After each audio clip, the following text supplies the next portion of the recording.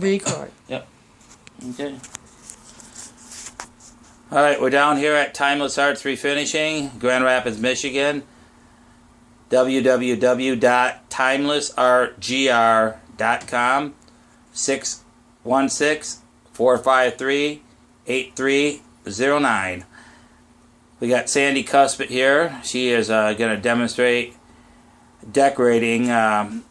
This is raised oriental work. Why don't you tell us what it is, Sandy? Well, this is a little sample board for our customer down in Indiana, and he likes the oriental work done. He wanted a special finish on a high board that we're going to decorate for him, and Bruce has put this beautiful background finish on this sample board. And then I've taken a pin dot pattern that I had, and I pounced it on here, and I've already put the gesso work on. That's the raised work for the oriental. Okay. And I was just going to make, my gesso work is dry now, and so now I'm going to make some fadey background mountains.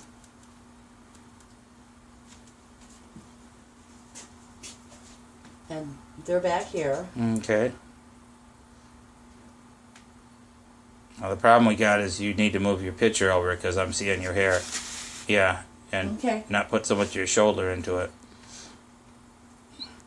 We don't have This is just a sample board, so... Yep. But we want to see you decorate it.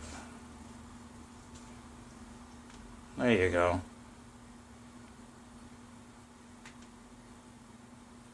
That's looking good. I can see it. How about if you demonstrate a little on the painting on the mountains for us? Or on the raised, yeah, the raised work. Okay.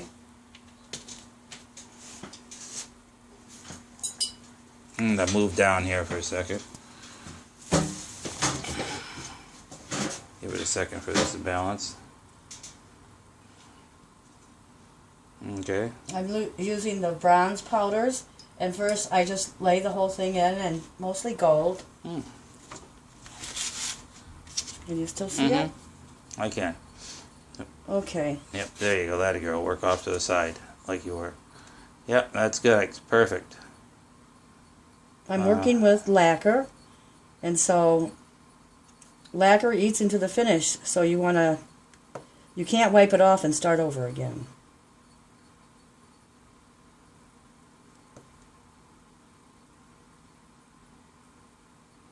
Okay, I think that we should just stop because...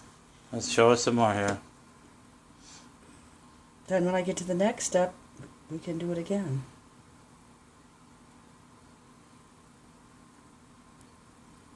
It's looking nice. Do you want me to demonstrate putting a pin dot pattern on? No, just keep a painting here. So you used to do this kind of work for what? For Whitcomb Furniture Company, Baker Furniture Company, and Kindles. They don't do a lot of decorating like this anymore. Mostly they're silk screening stuff. It's a cheap imitation of what they used to do. A way of cutting cost. Plus we don't have the craftsmanship as we did with the older generation of decorators out there. Sandy does all of her own raised work here. She makes her own gesso and puts it on. Half the time you don't know what it is until she starts painting it, and then it comes to life. This is supposed to be a tortoise finish up that she's painting on. It's going to go on a nice Kendall highboy. It's going to be just beautiful when we're done with it. And what we're doing right now is just a little demonstration. Because normally we would have just painted this piece black or Chinese red, and we would have done the decorating. But he wants to see how it's going to look with the tortoise finish on her. So that's looking pretty good, Sandy. Can you do that little tree limb up there? Okay. So you're just what now? Just putting one color on? I'm just laying it in. It's just all in one color, you know.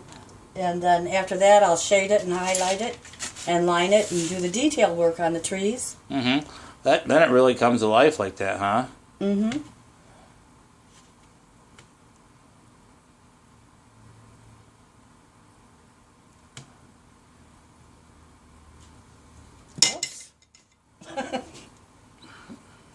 I was trying to hurry. It's like dropping a drumstick. Yeah, see how that comes alive? Paint on some of that Jetzel you got there, kind of paint that in so they can see you do that. We're going to come back and get part 2 where she's shading it in too, but right now we're going to just, I'm zooming in here.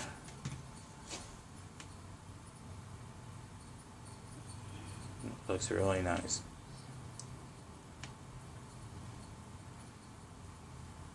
Now, is this a job that you enjoy doing, Sandy? Oh yeah, I love to paint. What do you do in your spare time? I paint. What do you do in the middle of the day? I paint. What do you do in the morning? Stop it. She paints. Now the painting's starting to come alive. It's kind of hard to see the little shady mountains. Point the shady mountains out back there, Sandy. Right there. Right there, because the board actually is black and it has a gold powder that I had pounced throughout the board. Plus some red pounced in there. So normally these mountains would stand out A lot better. That's what I wanted to check out, to see if the mountains would show up on this kind of finish. But that's the nice thing about artwork. You don't sometimes always want to have it standing out. Sometimes it's nice to have to look to visualize what you're seeing. Oh yeah, see, that's really coming to life right now. It's looking good on the camera. Yeah. Let's demonstrate just a little bit more of what you're doing there, Sandy. To the right, to the top there, that little where you're just working. Right here? Yeah. A little bit more of that. Okay. And this will be part 1. And part 2 will come back on here tomorrow when she gets it all done, and we'll watch her shade it and so on. I'll just... If you're wondering what them little white dots are that you see in her trace over, it's not painting by numbers. She has to make a pin dot pattern to do all this stuff. You want me to show you real quick Not on right the now. side? No. I mean, I've got one. It's easy enough to do. We can show that in another video.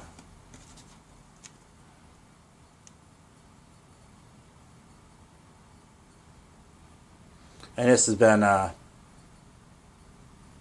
being used in the furniture business for at least, geez, probably the last 40, 50 years that we're aware of.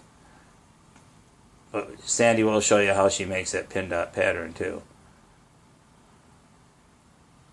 Well, what's that stick you got there? It's called a maul stick. Is that good for like what? It keeps your hands out of your work. Mm-hmm. And Keeps your boyfriend in line once in a while too? yeah. When I get out of control? But for detailed, disciplined work, you really need a maul stick. It steadies your hand, and it... Okay, well, yeah, that's looking pretty good here. Mm-hmm. Oh, yeah, it looks really good.